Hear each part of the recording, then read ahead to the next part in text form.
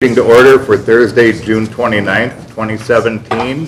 We have a quorum and the agenda was properly posted. Yes. Okay, let's stand for the Pledge of Allegiance. I pledge allegiance to the flag of the United States of America and to the republic for which it stands, one nation, under God, indivisible, with liberty and justice for all. Item 4 is public appearances, and this is public's opportunity to speak about any subject that's not a specific agenda item. So if you're here for the Shady Grove thing, we'll get our turn here a little bit later. Item number 5 is discuss and consider the minutes from the Plan Commission meeting of June 1st. Any additions, corrections, comments on the minutes? I move approval. I'll second. All right, motion by Fred and second by Phyllis to approve as presented. Any other discussion? If not, all those in favor say aye. Aye. Opposed? Abstentions? Okay, motion passes. Okay. All right. And item number 6 is a presentation by Shady Grove LLC of our concept plan of Shady Grove subdivision plat for feedback prior to submittal of the application. And before we have those folks up here, we're just going to read a little bit that we've got from our Director of Planning and Development and some other people on basically where things are at this point. Tonight's Shady Grove agenda item is for a concept presentation status update from the development team. There will be no vote or other formal action taken at this meeting, and no approval will be granted at this meeting. Annexation of this property was conducted as directed by state statute. Approval of the annexation does not guarantee approval of any particular development plan. The development team has not yet submitted a formal application for preliminary plat review. If a full application is submitted by July 10th, then a public hearing will be held at the August 9th Plan Commission meeting. That's the second Wednesday. The August meeting is the soonest that the preliminary plat can be acted upon. The plat will not be acted upon at the July 12th meeting. When the application is submitted and the public hearing is scheduled, notice letters will be sent to all property owners within 200 feet of the plat boundary, regardless of village or town residency, per village ordinance. If you live beyond that boundary and you'd like a mailed notice, contact the village by July 10th to provide your name and address, and you can be added to that list. The full application submittal will include more information than just a plat map, including engineering details related to stormwater and utilities. The full application submittal will be public record and will be available at Village Hall after submittal, and I assume eventually on the website? Yeah. Okay. Village staff reports will be available 1 week prior to the hearing and will likewise be available at Village Hall at that time. All submittal materials and staff reports will also be available online when the meeting packet is posted, which is typically the Friday prior to the hearing or meeting. While tonight's meeting is not a public hearing, we'll accept questions and comments after the development team has a chance to present, and we ask that you limit questions and statements to no more than 3 minutes. So with that, our Shady Grove development team. Hi, good evening.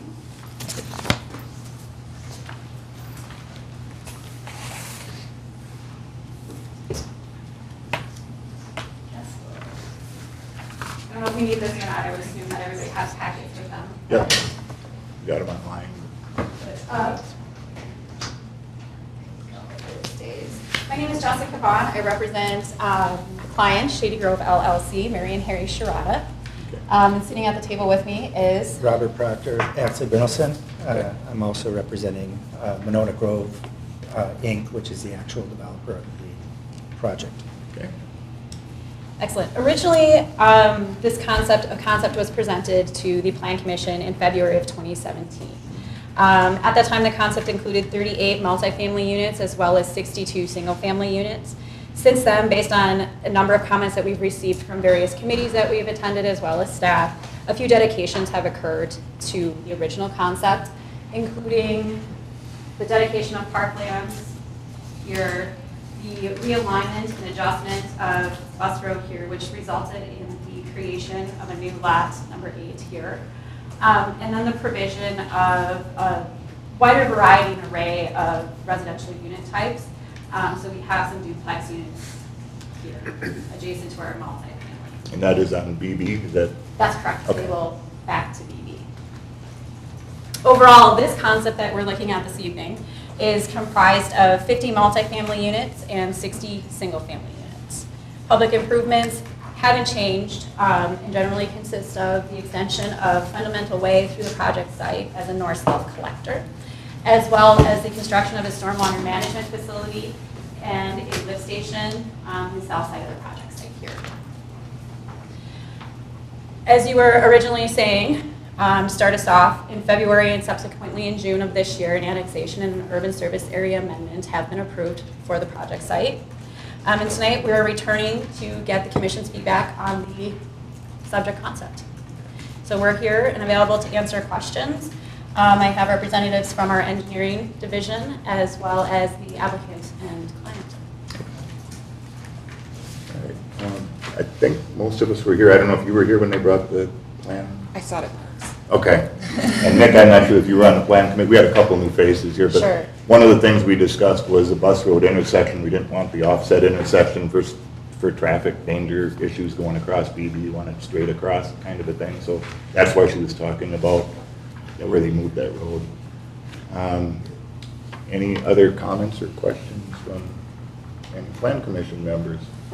So is Bus Road gonna come straight across BB? It would be more of a 90-degree kind of intersection, not an offset, which creates the traffic hazard there. I don't know if it's perfectly 90 degrees, but It's not. There's still a little bit of an offset Yeah. there. but it's not going to be like with the Violet's or Violet's Hope where you've got the Yeah. jog that's really a problem. Yep. Yeah. It's definitely not that significant. Any other questions or comments? In engineering, Mike, anything?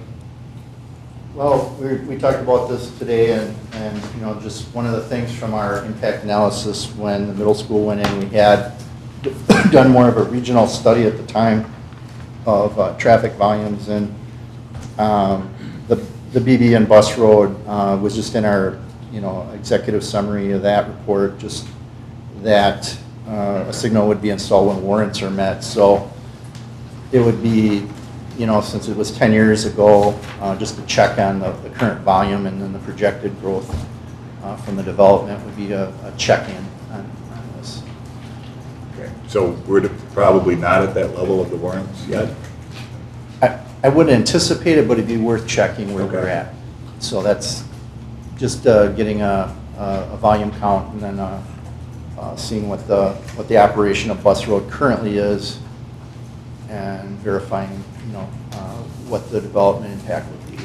But we already have an overall impact analysis for the area. Okay. Aaron, anything to add? Mostly just interested in Okay. comments from you guys and anyone from the public. Okay. All right. Yep. What, Liz? I think Mike does. Mike? And the other thing was just the south half of Cottage Grove Road, you know, from the presentation, the only thing I'd add is that was going to be improved at, you know, to the 2 lanes that would be eastbound as part of this development. Okay, so you anticipate like a turn lane or just? Yeah, by carrying through the idea of that, you know, that median, it would allow for westbound traffic to find a bay to get into this development and, you know, set up the development for traffic success, basically. That's something that was part of the TIA that was performed in 2007. Okay. All right. We do have several people that have registered to speak. I guess we can start with Chris Hampton. He's here tonight. Do you have anything else? We just thought that maybe letting you go first would answer some questions that might pop up, so we appreciate you showing up. Yeah, absolutely. Again, thanks. Absolutely. Chris? I guess I have several questions. This long outlot here, who's going to maintain it? With the brown stormwater one or the, okay, that would be a question for Mike. Chris was asking. You know, it's going to be next to our neighborhood. and Okay. It's a lot of weeds or on the Is that where the eastern. Coke pipeline is that what you're talking Yes. Yes. I think it is, yeah. It doesn't really say on here, It is. It is. It is. Okay. just someone has to maintain it. And I don't know if you're gonna have that as part of the homeowners along here or not. Okay. Otherwise, it'll become a problem for us. All right. My next question is on EV here, you have this jog here. Are you going to get dedication all the way? That is a good question. We'd look at it, as far as what space is needed. If it's not, I know, starting in town and moving out, it keeps widening out. So we have to look at that yet, as far as the plat, the final plat. Okay. And then my last concern is my cemetery here, I need a fence. And along the road, Yeah, along your bus road portion to keep it clean. all right. Those were my concerns. All right, thank you.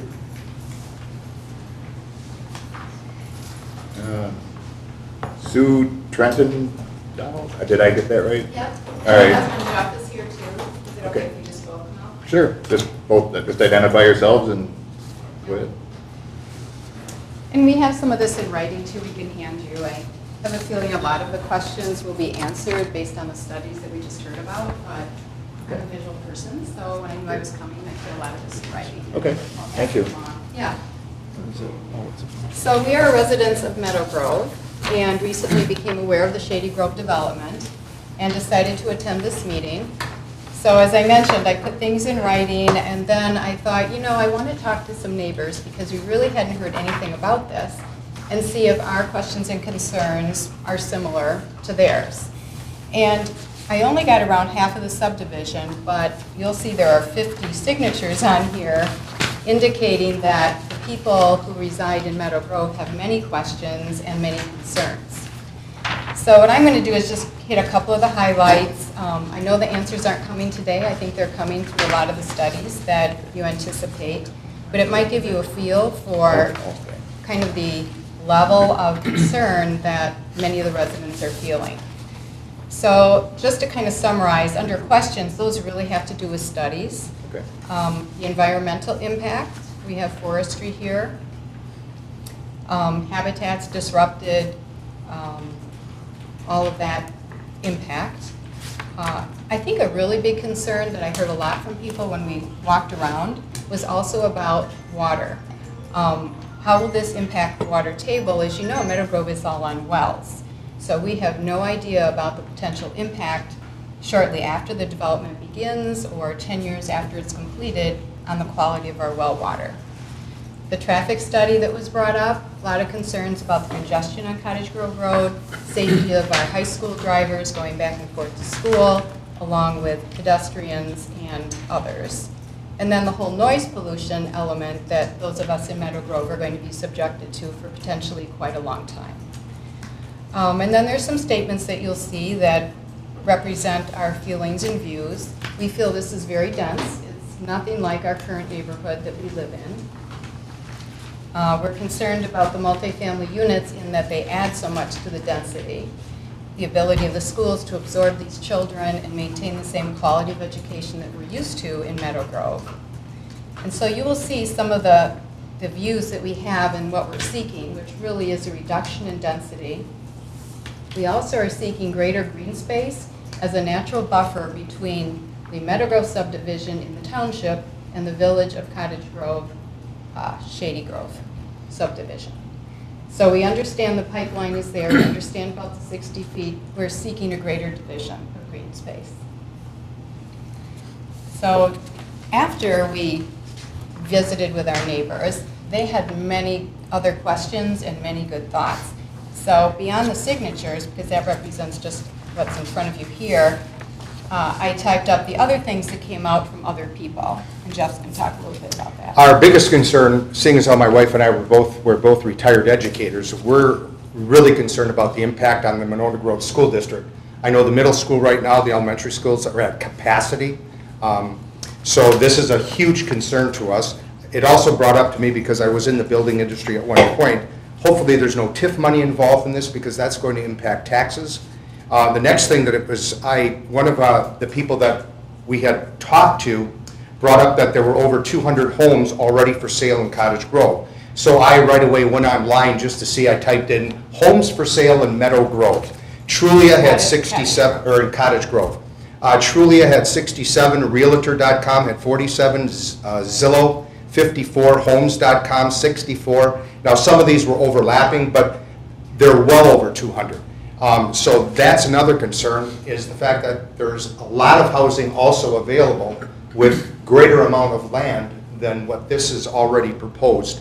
The other thing that I don't know right yet, we just heard about the fact that it was annexed, and I know that the village can do that without informing us, but I want to know if there's, has the zoning been given as residential yet, or is, are we going to be informed about that as well? That's a later step in the process. Correct. And again, That's later. this came up from people, and it's things that we were concerned about as well.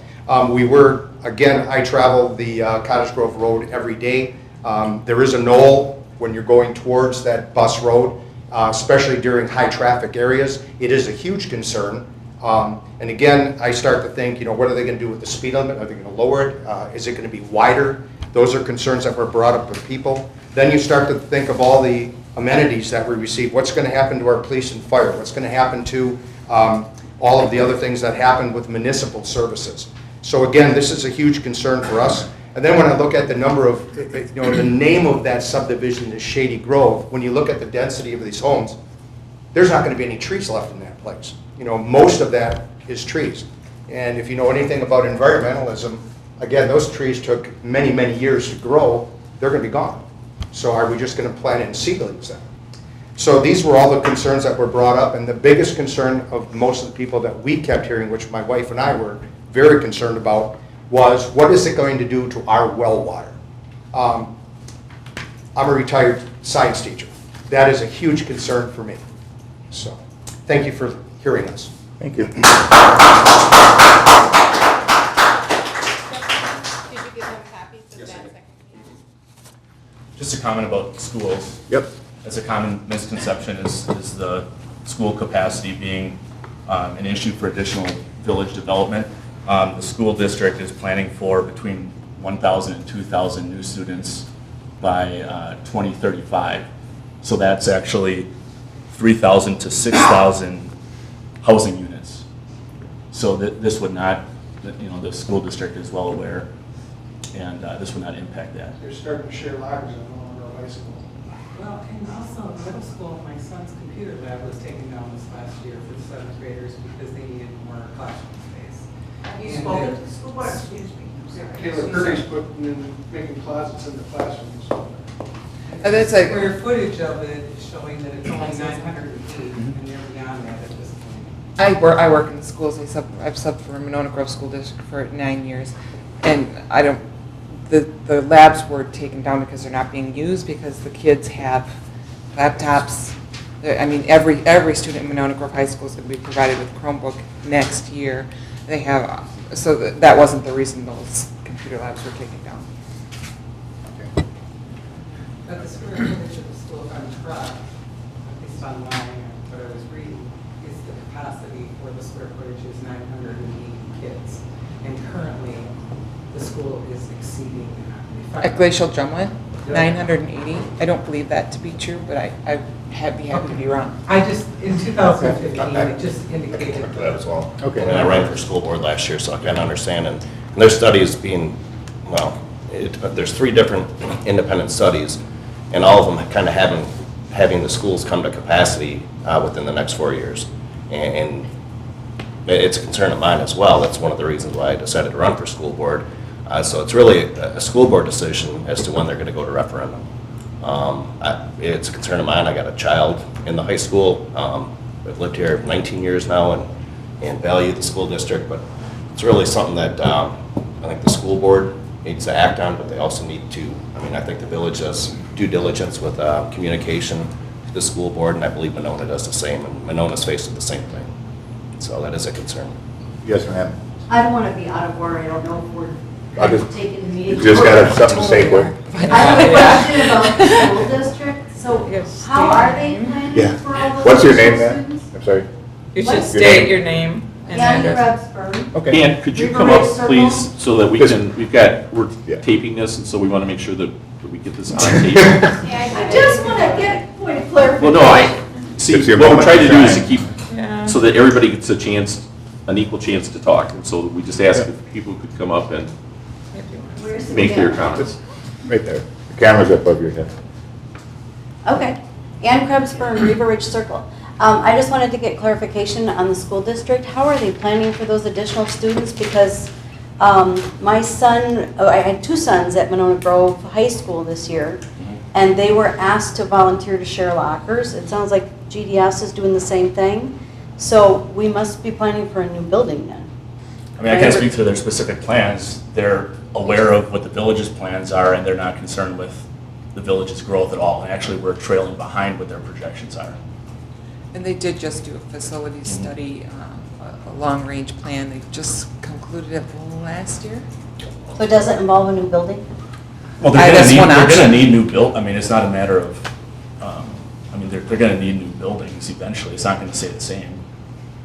So is there a plan right now for a new building? That's You'd have to- really a We're at question for capacity. the school That's- board. yeah, that's It's a the tax question for the school referendum. board. Right. So the school board would have to decide, one, where is it going to be? And, I mean, we have our opinions of where, where the most population is going to be growing. But that's really a question for the school board, in my opinion. Right. I think it's connected though. I to all of certainly agree. this. I certainly agree. Right? Yep. I mean, we can't put the Right. cart before the horse. That's why Either we've way. been meeting with the school board periodically, just the village board and school board have been meeting to kind of keep a dialogue going. And I know the school board is understanding not only this subdivision, but there's been also some other subdivisions that have been presented to this commission in the past. And I'm sure there'll be more in the coming years, so. They've been planning for that, and then Yeah. I think with the downturn of the economy 9 or 10 years ago, it really slowed growth, so they didn't have to address it up until probably within, in my opinion, sooner rather than later, and it's all about communication back to the constituents in the various communities. Okay, maybe we should have somebody from the school district come to the next meeting and Yep. talk about that, right? Sure. Yeah. Thank you. Okay. Robert Trotter, if I got that right, is registered to speak in favor of Shady Grove?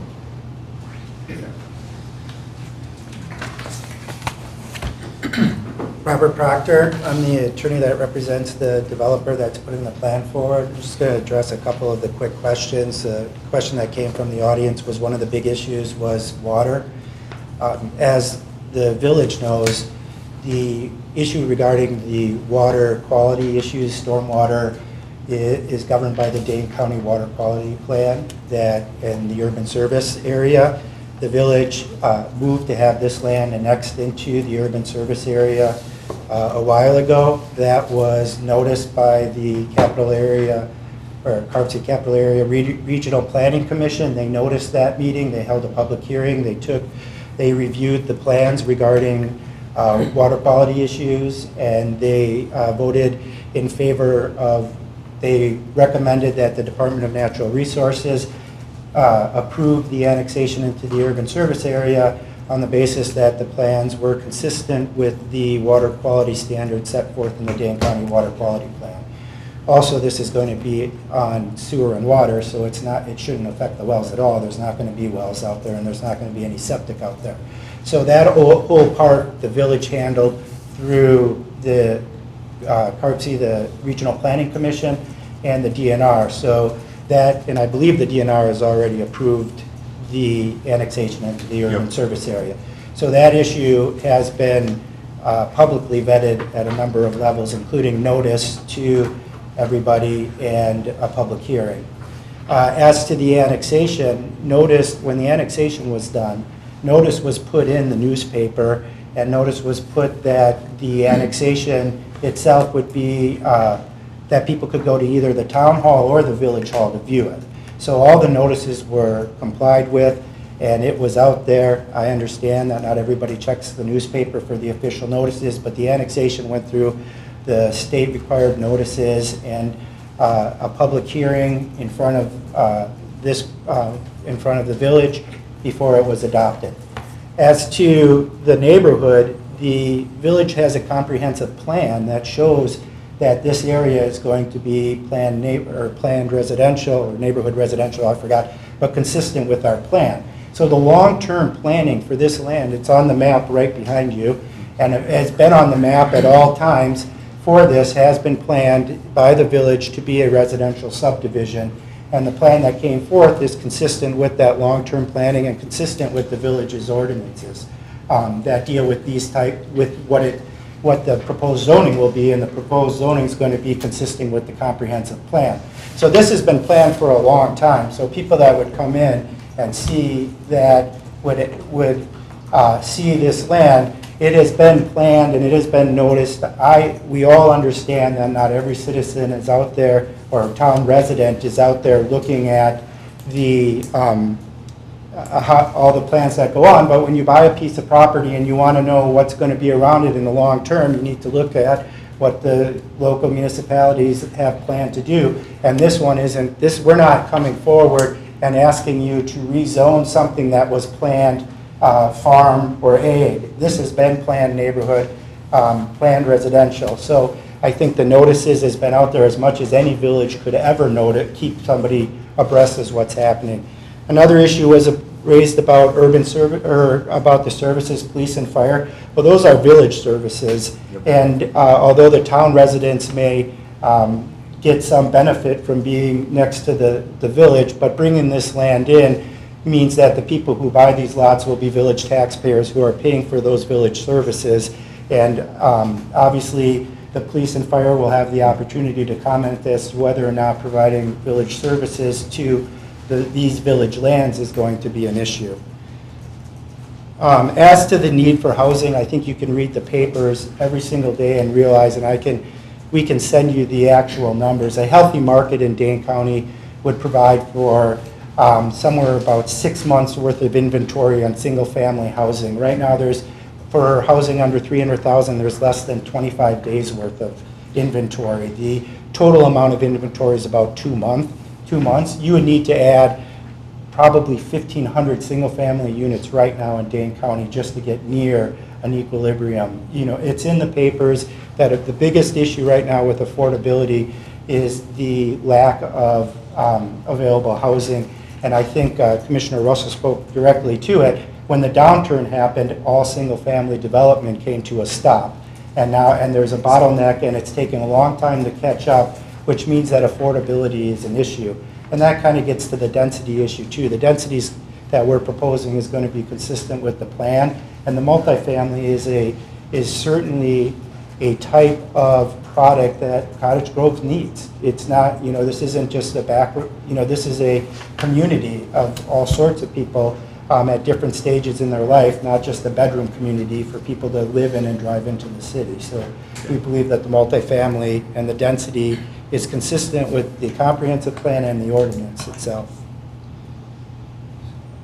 Just going through the list of things I wrote down really quickly. Obviously, the issues brought up by the town chair are issues that we'll look into, and they're all maintaining the outlot will be a relatively simple issue depending on how the village wants it done. It can be dedicated, or it can be a homeowners association with provisions in the agreement where that if the homeowners don't take care of it, the village can do so and assess back. It's the normal agreement on how to deal with outlots, stormwater areas.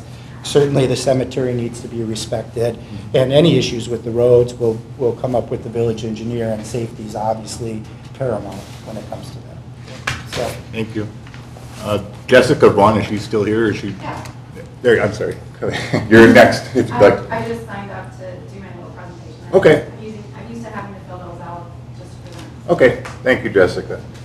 As we mentioned, we're not taking action on this tonight, but if you want to be kept informed and you're not sure if you're in our 200-foot radius, by all means, leave your name and address, email with our village clerk, and we'll make sure that Jack, everybody... I think we can use this as a list for notices. That's the beginning, that's half the stuff. Yep. And nobody had a clue what was going on. If you could, when everybody signs it, interested, if you could get us a complete copy, and then we'll make sure everybody gets... So that's the copy of the signature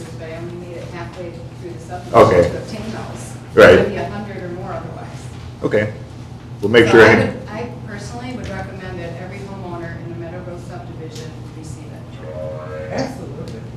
We could do that Maybe too. feel differently. I would just Okay. do that.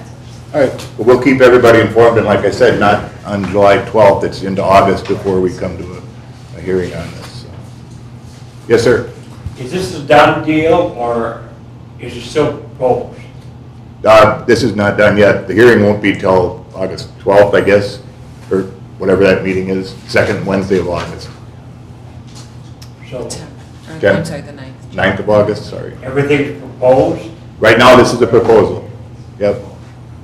This was just a presentation tonight, not a decision time. Okay? Thank you all for your time. I hope we've answered at least some of your questions, and by all means, my card is out there on the counter too, and that's my cell phone number on there if anybody has any questions. Thank you. Okay, item number 7 is a presentation by MSA on Village's outlot policy. And it's on here to discuss and consider Village's policy toward outlots. And this actually came from a couple of village trustees that were interested in why we have outlots, what's the purpose. And that's it. Jack, maybe take a couple minutes, let the people clear. We can take a 5-minute recess.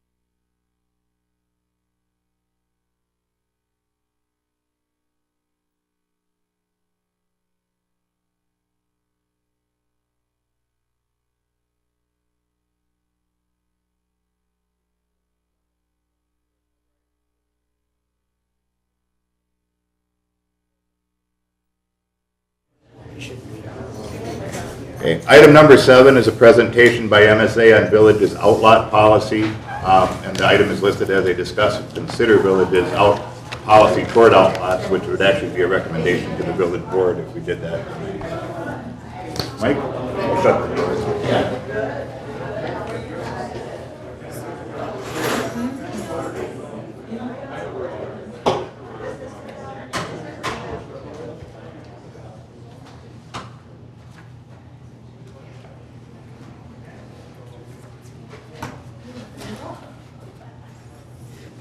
Okay.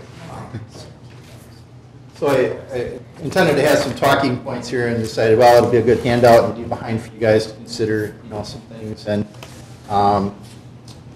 just to make sure I'm hitting on the right thing here, this is about stormwater outlots, correct? Is anybody looking for any other information on public outlets? Just in general, I would say that the topic came up at the village board in relation to pieces of village property that, and their availability. And then outlots in general were discussed. Okay. And I think that really one of the first steps that the board wanted taken is okay, tell us about outlots and what's available and what are they used for and what are the options? I mean, most are stormwater. There's some that are utility, water, sewer, utility based, but there's a purpose for them. Sure, and so when the subdivisions come in with a plat, and we have a study from even long ago, you might say, we're at a point where, we need a well, well 5. Created a new zone in the water system, and we were looking at Coyle South for a well. Well, we don't need 2 wells in the low pressure zone, so someday in the future where Hamburgs particularly have been developing, we looked for a piece of land there that would be a public outlot for a well site. And we may marry that with, an edge of land that's being dedicated for a park. So parks is a common one, and we just saw one today. And so, and those take on new regulations as far as parkland. To get rid of parkland, you have to go through an ordinance to make it no longer parkland. I've been through the process just to reshape a little piece of a park.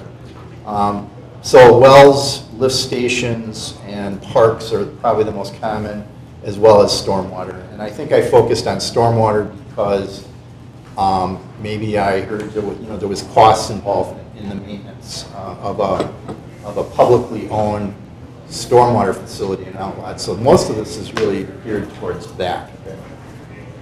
If it's for a well or whatnot, if anybody would say, well, did you get too much land or something like that? Those are kind of probably fringe elements that, yeah, you could probably cut back on some of that.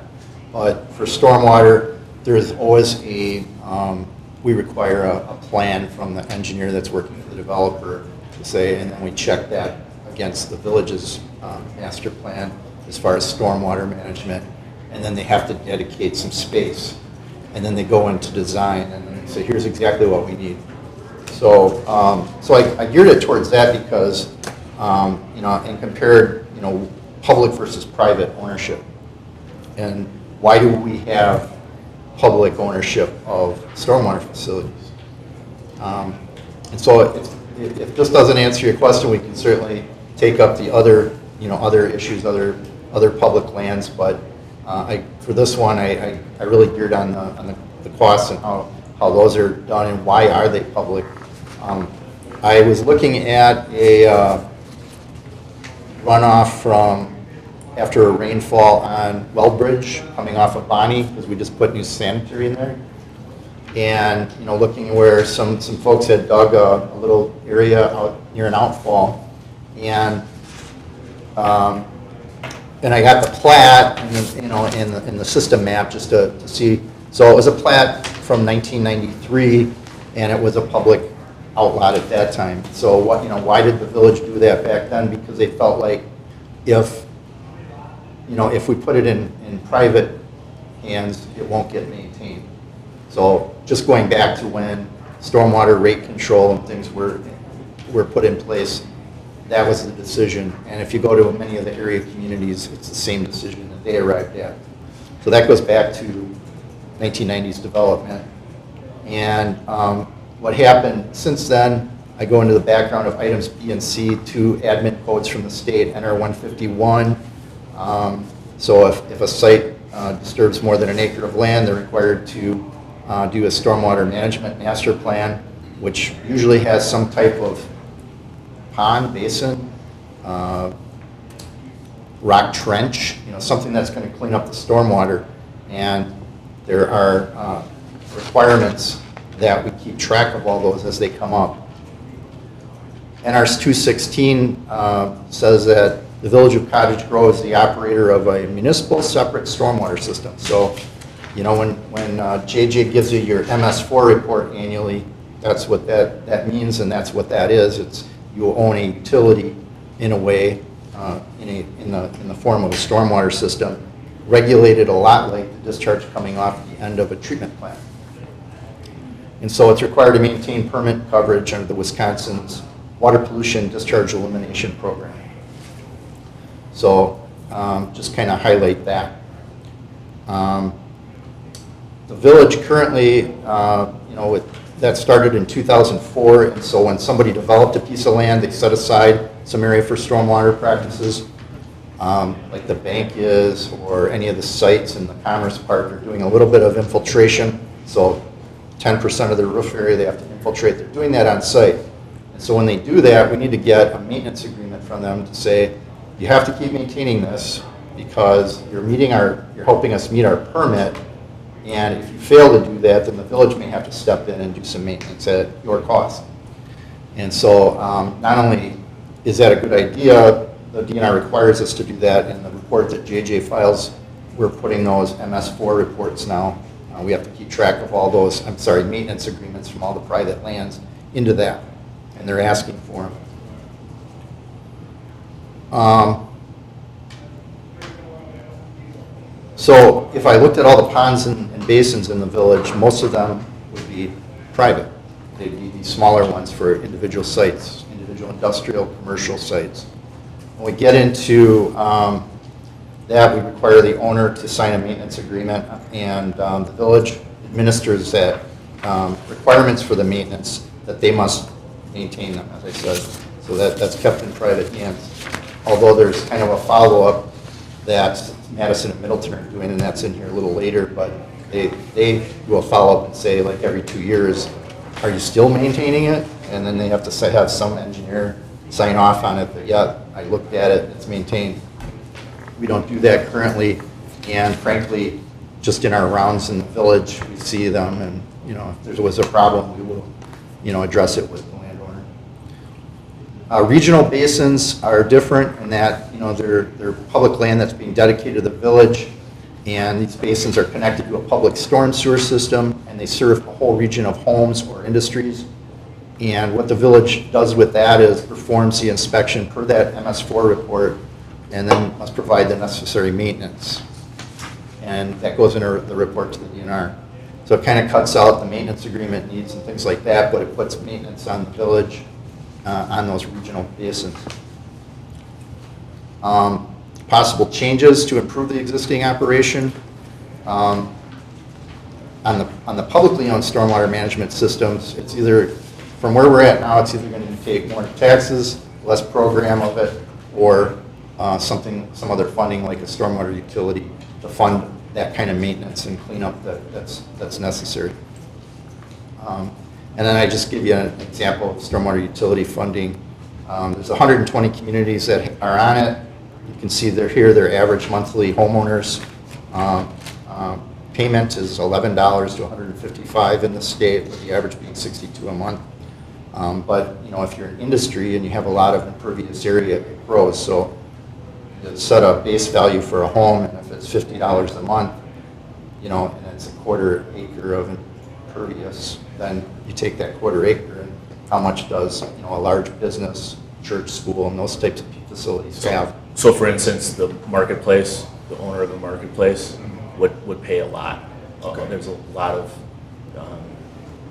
impervious surface there. So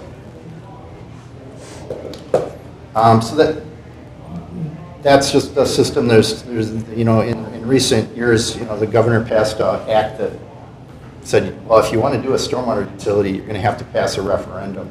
And so it has to be a passage of that to make a stormwater utility happen.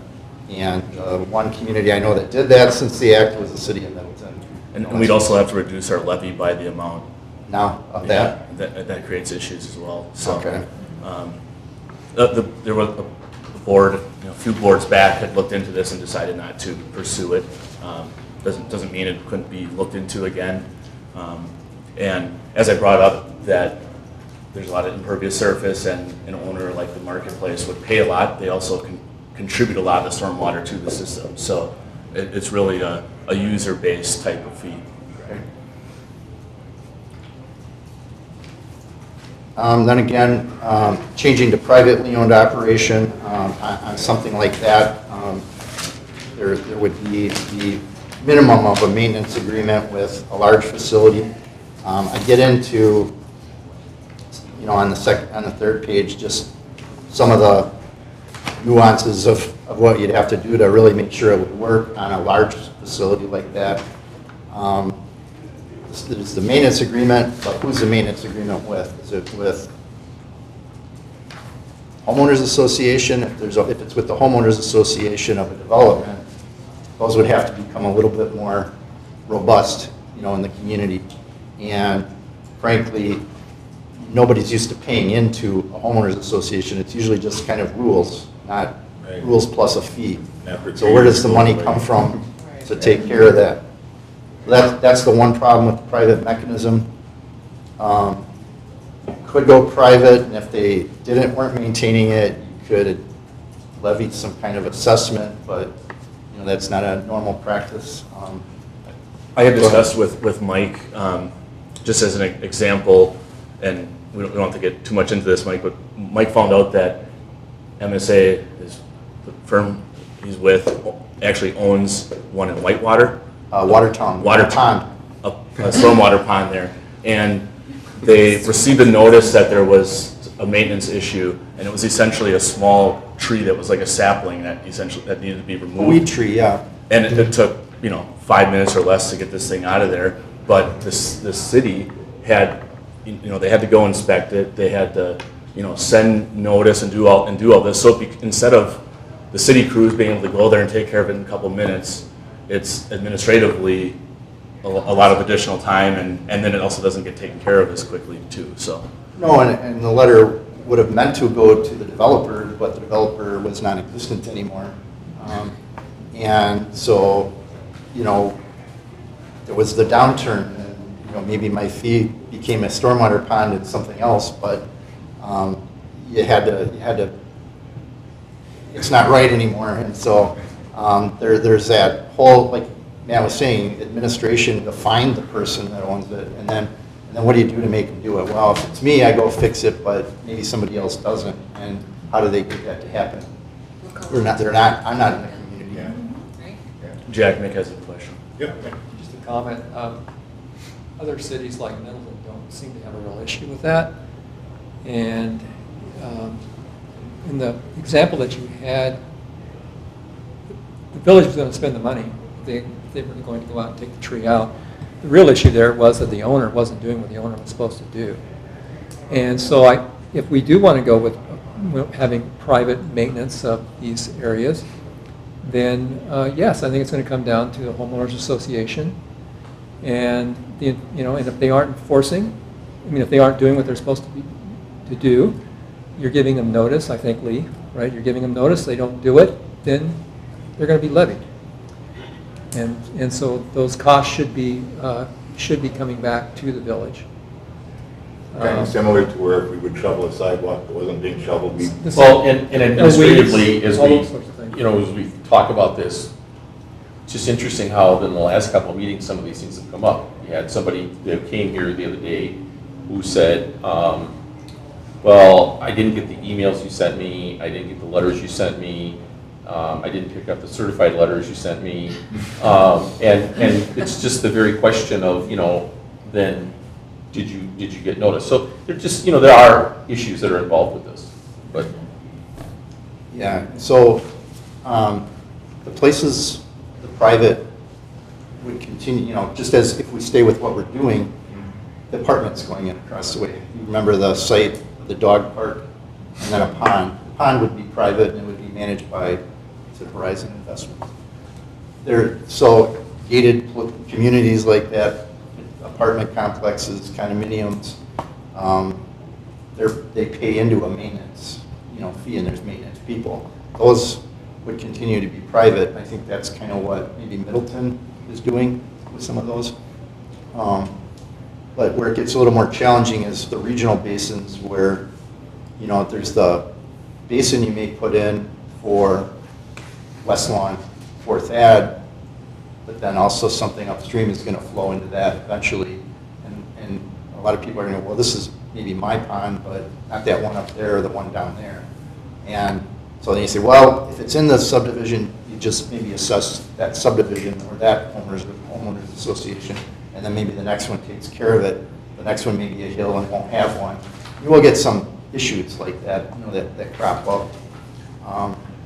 The other thing is, when you look at the new TMDLs were put in place, the new limits on the village from the EPA, I can't tell you whether those are going to be the limits in 10 years or not. They're there, and you don't have to comply with them, and you may not have to for 20 years, but you don't need them. If you have to at some point, and these are in private hands, and you need to say, you know, we were talking about dredging the Dayton Pond, popular area, would really improve water quality in the village, because so much of the village goes through that. So by getting that to be 5 feet deep in water, rather than some water here and some high ground, it would be one of these projects that would take care of a lot of water quality for the village. If that was privately owned, you know, the work around to get that done, because of new limits and regulations on one homeowners association, wouldn't be feasible. So, you know, you could do that and have some kind of way of stepping in when the rules change, but that's, I guess, the village has had the luxury of owning these, so if anything would happen, you can always step in on it. Makes sense. I mean, And that's kind of the final point we had in here, and just, you know, what, I think in the last paragraph on the last page kind of summarizes that, but Eric Thompson wrote that paragraph, and he's our stormwater engineer, and he probably did it more eloquently than I paraphrased it, but it's not that you couldn't do it, you could do it and put it in private hands. It's just very complicated on who and how to keep it up, so. one of the things I've seen, like with recent proposed developments, is you see an outlot, you know it has an engineering purpose or some purpose, but it's really not explained why. It's like, hey, this is just an outlot. Maybe we'll ask those questions going forward. What, you know, future well site, is it a drainage issue, whatever? Because there is a purpose for it, obviously. It just, we're not clear on what that is all the time. Yeah, and we can continue to be clear on the final plat, and you know, instead of say, you know, dedicate to the public, you know, say what, for what purpose, you know, and that's something that I think, you know, going forward, we would look at doing. Sounds good. Jack, there's another plan commission before the board even meets again, so there's no, I wouldn't think that there's urgency to act on this, No. especially since, you know, there wasn't anything submitted in the packet or an actual recommendation. So I think, you know, there could be discussion and then maybe some more feedback, and we could discuss it again at the next meeting. Yeah, we can put it on future agenda items for next plan commission. And Jack, just from a staff point of view, could we get some input from the plan commission tonight, just in terms of this is a overview? Sure. I mean, we can just go around the table, make any. Well, I think the issue that always comes up is growth paying its own way. And really, I don't have enough information to know that. But, I mean, and if we don't think that that new growth is paying its own way, so it's being subsidized by the existing residents, there's ways that you can address that. But I have no idea whether, with the new developments that are coming in, whether that's really the case or not. And it goes way beyond, obviously, of stormwater. I mean, when you start looking at all the different things that you can say that you can have impact fees for, on and on and on. But I would, personally, I would want to see an analysis to get a sense of that before I would say, yes, this is the direction we should go. I think if we want to do it, when you get to the regional, yeah, that's way more difficult, but a lot of your stormwater is going to be detained on site. And so that's pretty easy to address. If you want to do that, that's done by, you know, setting up a homeowners association and being able to address those sorts of issues. But is that fair either? I don't know. I mean, I think you have to look at the fairness of it as really how those costs are getting allocated and what we think is going to be the real burden going forward. And I would agree. I mean, as far as getting more information, we need to do that, Bill. Well, what would the analysis of the total stormwater budget and who's, I guess I'm not clear as to what you'd be looking for from an analysis standpoint. Well, what goes through my mind is if you're doing like impact fees, you have to figure out initially what really is your base. Mhm. And then from the base, you can figure out beyond that really what the impacts are of additional growth beyond that. And it could be that the existing revenues are adequate, because what's going on with the new growth, when new properties come in, they're creating enough revenue that it's covering whatever the additional costs are for public safety. I mean, not public safety, but for public works to do this. I mean, our There's a lot of stormwater miracles, I budget think, is it's like $9,000. Excuse me? Our stormwater budget is like $9,000, so it needs to be much higher in general. That's our budget, what are our costs? It's being spent. Not much more than that. Well, I mean, that's We're good under- information to have. I have no Yeah. clue what we're really Sure. talking about That's here, where we what started, yeah. the real cost would Yeah. be to us, Okay. to do it. I agree with that, sounds, to make a decision. Okay. Jennifer? The thought of it being a private versus public, I mean, I don't think having it in private hands is in any way, shape, or Right. form the right way to go. I would have to be compelled greatly to change my mind on that one. Okay. John? I just want to thank Mike for the presentation. Learned something. I didn't know it was going to be about stormwater tonight, but I saw it on the agenda. The one question I had is you talked about service agreements. So if it is privately held, or I think you used the example of, like, say a business performs 10% of the function, do we need service agreements with the privately owned or the companies that are, or can the village just come in and say, this was, so, and then can anyone answer the question on how many businesses are privately owned stormwater facilities we currently have agreements with and which ones we do not? Yes, and you could have been a business that opened up in 1970 and somewhere not too far from here, and you don't meet stormwater regs in the older part of the village, maybe at the Four Corners or somewhere like that. There's no stormwater bonds or improvements there.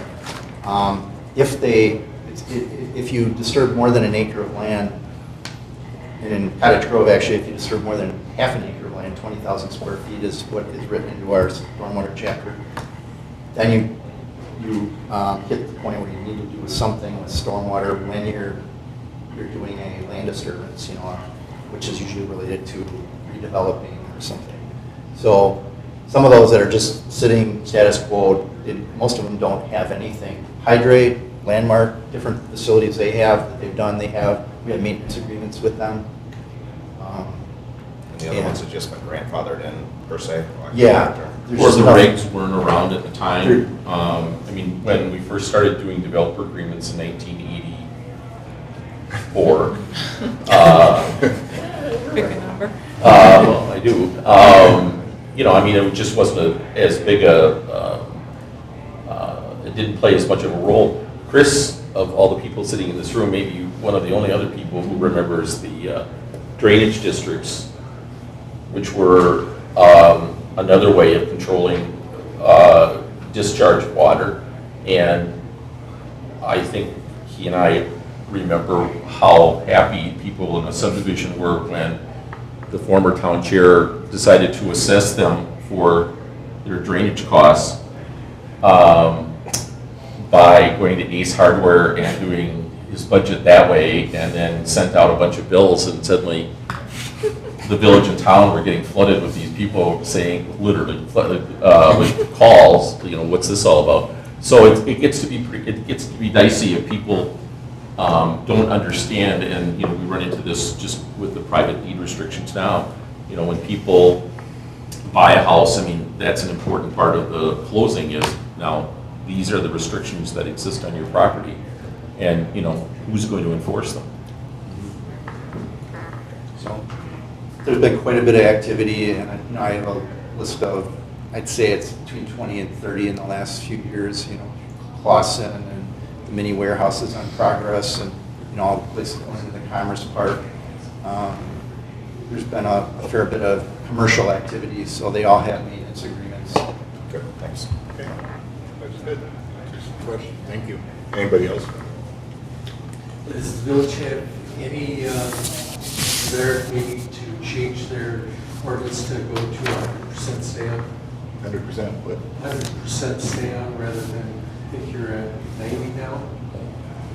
We're at whatever the Dane County Okay. regulation is, so. I know it's a high level, stay on without runoff, but I didn't know where we were at with the percentage. Do you have any idea where? Yeah, that's pre-development rate. You look at the discharge coming off the land, and then after you develop it, achieving 90% of that rate, you can discharge. Okay, that's something to look into. There, some communities are at 100. Okay.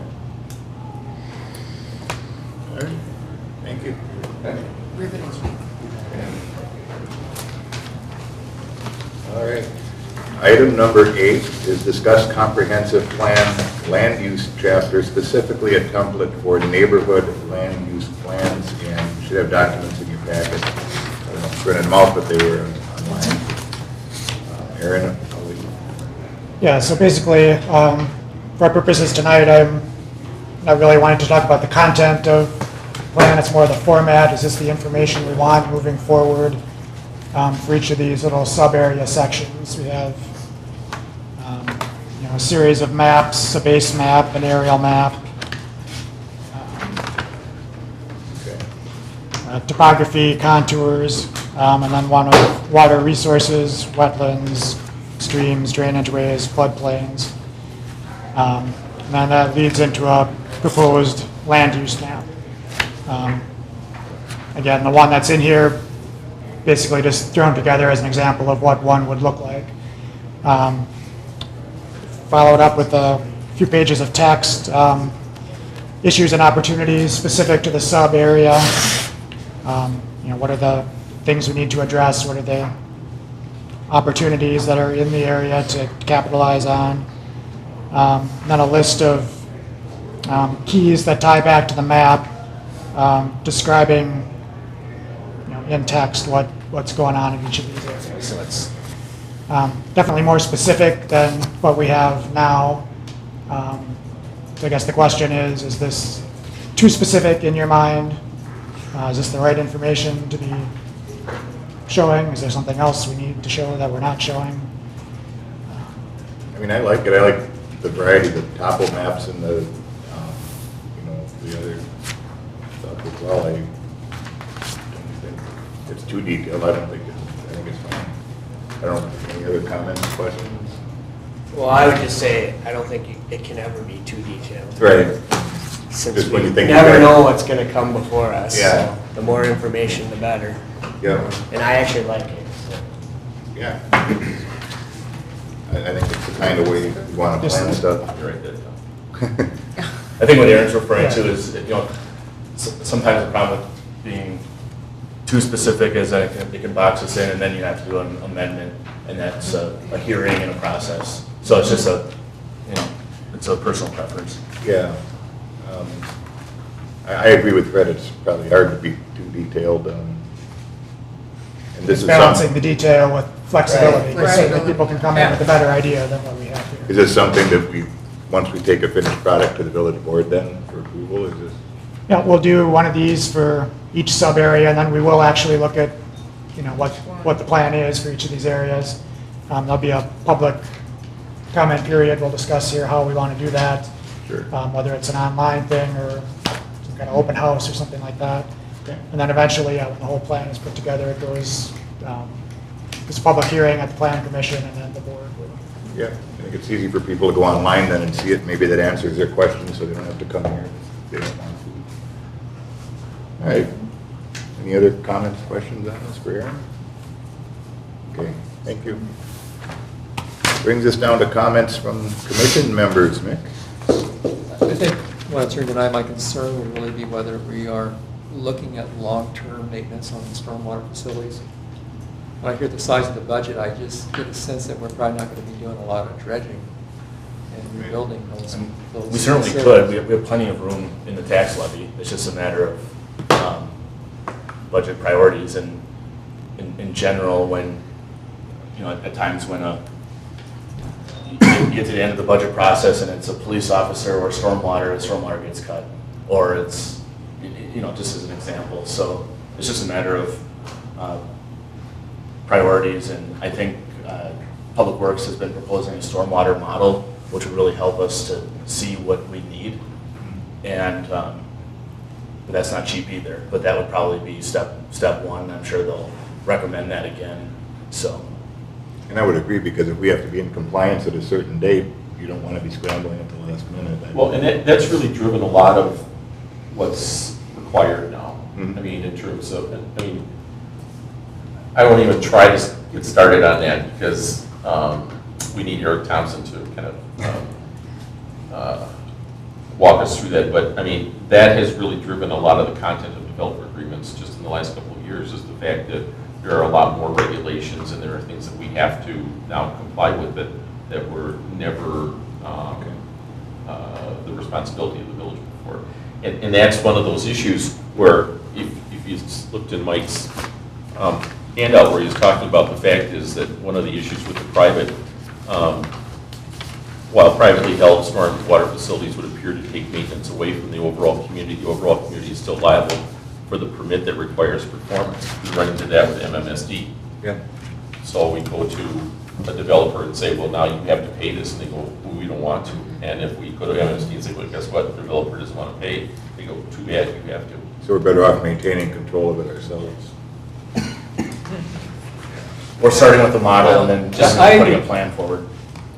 The reality is, it's like, let's say there's a bunch of junker cars in somebody's lot, right? And you send out a notice and say, move the cars. What happens if they just say flat out, no, I'm not going to do it? Well, more than likely, the village may go out and do it and charge them back for that. I mean, that's the kind of what you're looking at. When you're looking at dredging, it's the same sort of thing. It's like, who's paying for it? And I'm not saying that I'm supportive or against it, but the thing is, the reality is somebody's going to do it. It has to be done. And I think it's really just looking at what is the fairest way of doing it. Where's the fairest way to assess the cost? I mean, there's a Correct. cost. Everyone, So, all right. 6,000 people, it could be that that's the fairest way of doing it. Or is it the 300 people that live in the subdivision? That's really what you end up looking at. And that is the argument for the stormwater utility, is that everyone pays their exact fair share based on the science of the runoff. Which is what we're doing under levies now. I mean, I would assume if it comes up.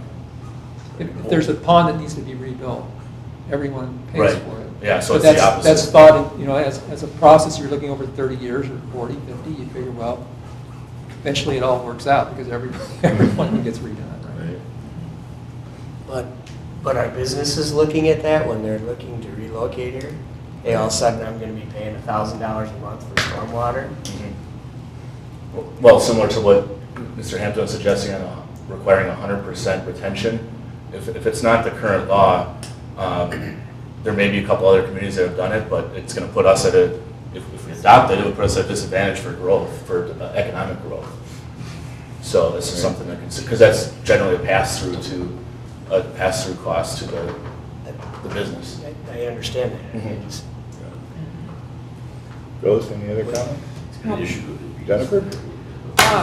Well, I'm new, so welcome. Thanks for the invite. We gave you the same Are you coming spot. back?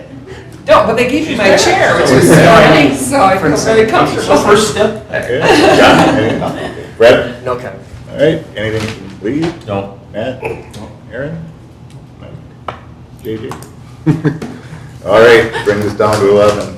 Anybody want to go home?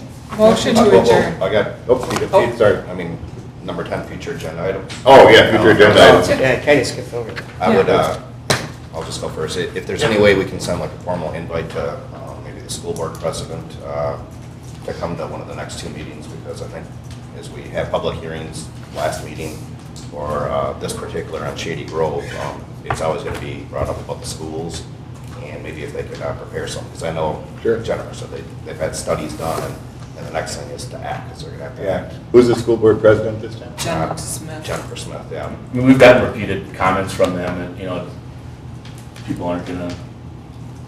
people just generally just don't believe us when we tell them, so. No, I fully trust that, there's communication, because Jared says that he maintains communication, I think, with Aaron. However, knowing the numbers, I don't want, as a citizen member, I don't want an operational referendum or a school referendum to come before us you know, given 2 months' notice, and, you know, it's for the kids, and I get that, but I think the more information and education the taxpayers of all the communities have going in, that we can hear right from a school board member and a planning commission, and then, you know, we can readdress, you know, the citizens that come here during the meetings and say, this is what the school board's plan is. So we'll invite them to the August meeting? It's entirely, if they're able to make the next month meeting, then we can take their information and present it at the decision time for the August 9th meeting, however you want to do it, I just would recommend it There in was one a of the time- future meetings. There was a time the village board was meeting with the school board. Yeah, yeah. Like last year even. Yep. Mhm. That was a village board and school board meeting, but not Yeah, a joint plan meetings. commission, but whatever, we can do it this way too. Anything else for your agenda, wise for plan? I think we'll look at the economic development chapter of the comp plan next time. The CDA is most of the way done with that. We'll start looking at the Yeah. housing chapter. It's kind of a quick turnaround for July to start breaking down the land use sections. But we'll get to Yeah, just keep up the good work with the comp plan, 'cause I like the way it's presented. So it's a normal meeting for you? Yeah, Define the normal. regular one. Regular When is the schedule next meeting. July July 12th. 12th, it looks like, I think, Yeah, it's the 12th. Yep. Twice a month. Yeah, no, Just no, one. this Just is, this this is a thing, special yeah. meeting. I was gonna say. This is the second special meeting in the month. You wanted more meetings, right? Yeah, so one committee I was never on. Right. Okay. Anything else? Otherwise, we'll take a motion to adjourn. Motion to adjourn. Second. Motion and a second to adjourn, non-debatable, all in favor say aye. Aye. Aye, opposed?